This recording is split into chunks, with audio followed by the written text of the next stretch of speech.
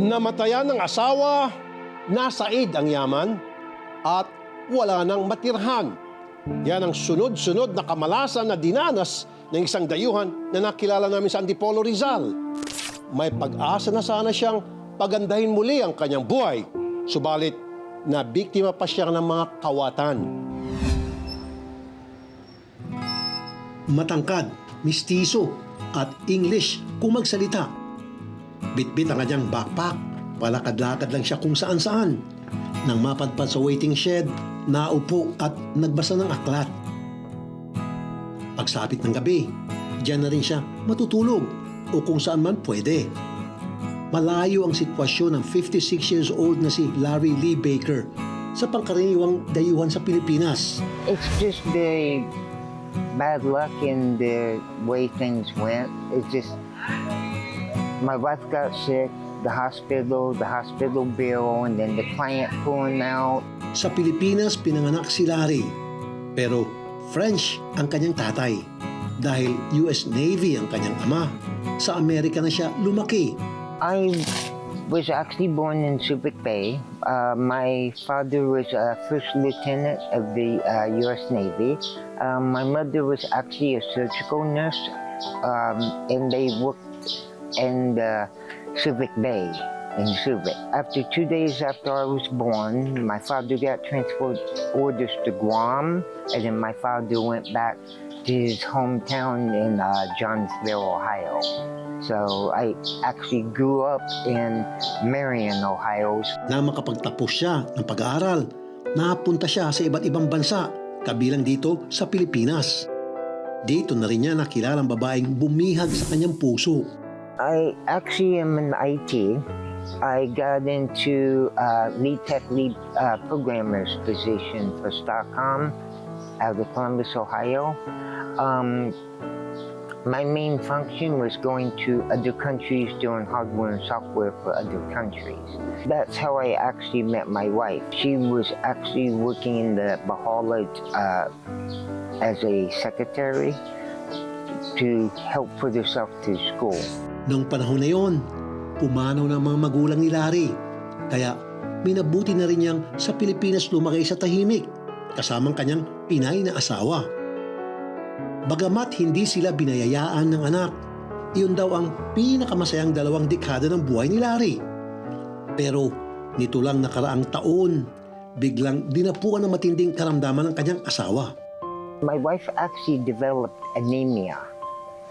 It's a blood disorder where your potassium drops, and she fought with it for quite a while. And she spent, I think, almost 3 or 4 weeks in ICU, and that was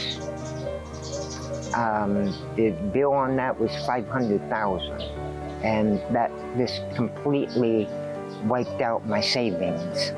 Sa kabila ng lahat ng ginastos ni Larry para gumaling ang asawa, hindi nito kinayang gamutan at tuluyang binawian ng buhay nitong December 2024. Said na ang bulsa niya, kaya nagdesisyon siyang magpatuloy na lamang sa buhay at isubsob ang sarili sa trabaho. Subalit, may masamang balita pang dumating. And then I was working with the call centers then, but the client pulled out the account, so they dissolved the account, so no work. And that right on top of me cleaning out my savings account got me into this situation. Nang dumating ang bill para sa renta ng kanyang bahay, wala na siyang may pangbayad. Dahil dito, sinukbit na lamang niya ang kanyang itim na backpack at nagpalaboy-laboy na sa kalsada. Pretty good. It's just the domino effect from it. Just one thing bumped into another thing bumped into another, and here I am trying to figure out how I'm going to get back to square one. Mula sa kanyang tirahan sa Pasig, nakarating sa Antipolo si Larry. Sa subdivision na ito, nagmagandang loob na lang ang mga residente na payagan siyang matulog sa isang waiting shed. Kung tutusin ma'am, bawal siya rito. Kaya lang, siyempre, naaawa din yung mga tao. Kaya, pinabayaan na lang siya. Mga residente na rin mismo ang nag-ambag-ambagan para sa pagkain ni Larry. Sa tinapay lang, sa water, tubig. Pero yung isa kong kasama dito na gwardiya, minsan binibigyan siya ng kanin, ulam. Tapos yung mga taga-church. Tapos yung iba ma'am na mga residente rito. Sa simbahan namang ito, nakikiligo si Larry. Si Francis ang inutusan ng kanilang pastor na bigyan ng toiletries si Larry. Ako daw po yung bahala, pati mga toiletries niya, sa akin niya pinapatago at saka yung mga needs pa niya, basta magsabi lang po siya sa akin. Ipoprovide naman ng pastor po namin. Pero isang araw, habang papunta siya sa tinutulugang waiting shed, may masasamang loob na nagnakaw ng mga gamit niya. I was coming back from the Antipolo church to go back down where I was sleeping at. They went through the bag, they took my wallet with my IDs. And they didn't even go through it, they just pocketed it and left, thinking that there was cash in the wallet, but just my IDs. The wallet had my bank card, my IDs, everything in it. They had my wife's old IDs in it. I had her TIN and her PhilHealth in my wallet. Ang mga ID na ito, sana ang huling barahan ni Larry upang makahanap muli ng trabaho. Pero ngayon, tila naglaho na rin maging ang kanyang pag-asa na makabawing muli sa buhay. Sa tindi ng sinapit ng foreigner na si Larry Baker, may pag-asa pa kayang umayos muli ang kanyang buhay.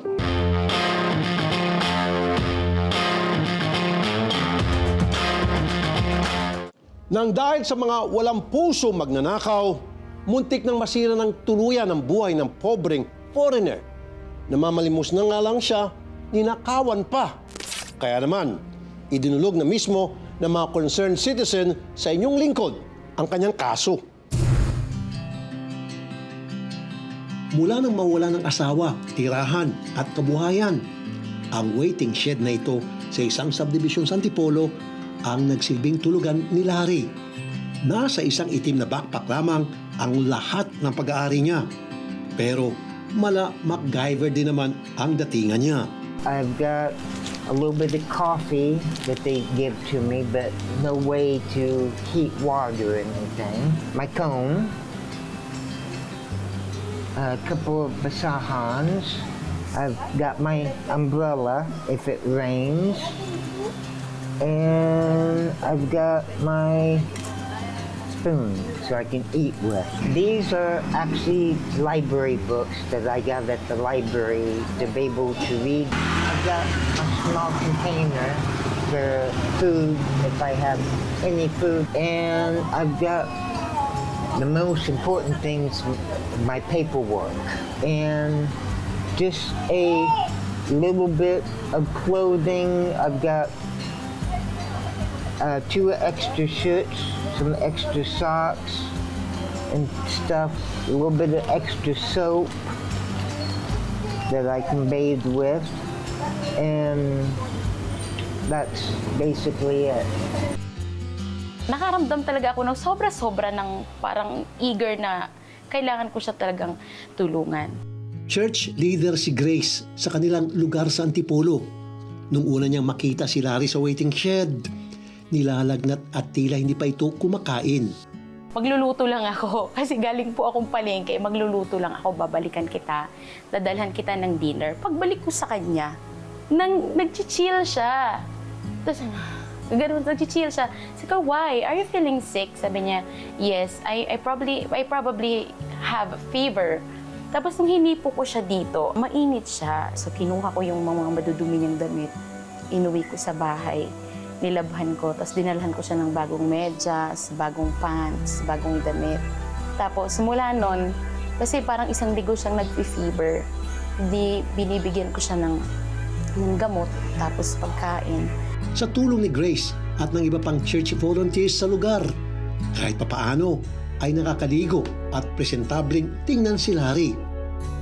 Pero ang call center agent na si Ruby, na araw-araw daw nagkikita si Larry sa waiting shed ng kanilang subdivision. Naniniwalang hindi lang basta pagkain, tubig o pampaligo ang kailangan ni Larry. Kaya naman, tumulog na siya sa pinaniniwalaan niyang tunay na makakatulong. Isang buwan na siya dyan sa labas eh. And yet, parang, although gustong tumulong siguro ng mga tao, pero hanggang doon na lang, pagbigay-bigay ng pagkain. Pero, short term lang yun eh. Kailangan ni Larry ng, yung talagang sarili niya rin ang tutulungan niya para mabuhay siya. That's why naisip ko na ilapit sa pwedeng makatulong kay Senator Raffy Tulfo. Nang makarating sa akin ang istorya ni Larry, ako na mismo ang nag-imbita sa kanya upang personal na makausap at maabutan ng tulong. Hi, Larry. Hello, How are you? Real good, sir. Have a seat. Thank you, Pleased sir. to meet you. I can't get back into the BPO companies without a cell phone and ID. Cell phone's Primary very important. ID. Yeah. Oh, okay. How did you get here to the Philippines? My mother was actually Filipina. I was actually born in the old Navy base in Subic Bay. Oh, okay. So you're half Filipino and half Half French American. French American. So I'll set you up with a good dental clinic that I know that will set you up with a very nice dentures. How's that? Thank you. I'll be able to That will eat make you look correctly good. again. Yeah. But anyway, first things first, like I said, I'll make sure that you'll be comfortable tonight. You'll have a nice place, room to stay and sleep. For the meantime, we have a gift for you. Oh, This cell phone. thank you Cell phone so was much. asked from you. Yeah. That's very important getting into any type of work because everything's done online now. All your resumes online, your interviews online, all your communication is very important. This is 50 grand. Thank you so much. You're very welcome.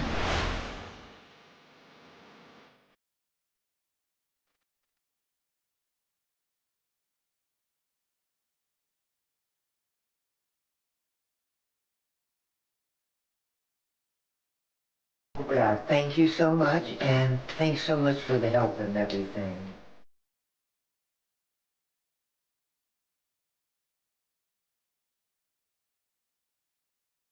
Pagkatapos ng aming pag-uusap, sa isang hotel muna tumuloy si Larry. Sa unang pagkakataon, mula nang tumira siya sa waiting shed, nakatulog din siya sa wakas sa isang aktwal na kama at air condition pa. Para masigurong healthy si Larry, oras na makabalik na siya sa trabaho, isinama na rin namin siya sa doktor para magpa-check up. Based sa mga results na pinakita ninyo sa amin, no, wala naman siyang hypertension or wala naman siyang high blood. Wala rin siyang diabetes o yung mataas na sugar. So, that's good to know. Okay. So, sa opinion namin, medically, clinically fit naman siya to return back to work. Siyempre, tinupad na rin natin ang pangako nating bagong pustiso para kay Larry. Several reasons why the patient has to have a denture: function, pagsasalita, pagmuya, ang pagkain, at aesthetics. Siyempre, katulad sabi mo, kung makakahanap siyang trabaho, mas mainam na presentable siya. Pag maganda ang kanyang oral sa kangiti, gano'n siya business. Ngayon, panahon na para bumalik na Antipolo si Larry. Pero, hindi na siya sa waiting shed matutulog, kundi sa isang apartment sa parehas din na subdivision. Isang patunay si Larry na sa gitna ng madidilim na bahagi ng ating buhay, laging naroon ang liwanag. Kaya hindi tayo dapat mawalan ng pag-asa